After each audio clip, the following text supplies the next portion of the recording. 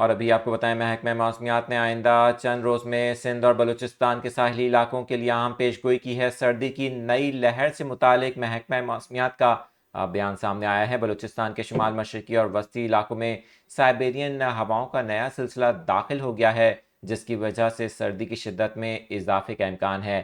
انہی ہواؤں کی وجہ سے کراچی سمیت صوبے کے بہت سے علاقوں میں ٹیمپریچر کم ہوگا۔ محکمہ موسمیات کا بتانا ہے کہ کراچی میں کل بدھ کے روز سے درجہ حرارت میں کمی متوقع ہے۔ شہر میں جنوری کے پہلے 2 ہفتے سرد رہ سکتے ہیں۔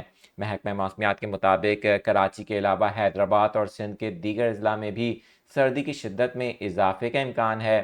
محکمہ موسمیات کا بتانا ہے کہ بلوچستان کے شمالی اور بالائی علاقوں میں برف باری ہوئی ہے، جس کی وجہ سے صوبے کے بہت سے علاقوں میں درجہ حرارت میں نمایاں کمی واقع ہوئی ہے۔ محکمہ موسمیات کے مطابق کل رات میں کم سے کم درجہ حرارت -1 ڈگری، کوئٹہ میں 2 ڈگری ریکارڈ کیا گیا۔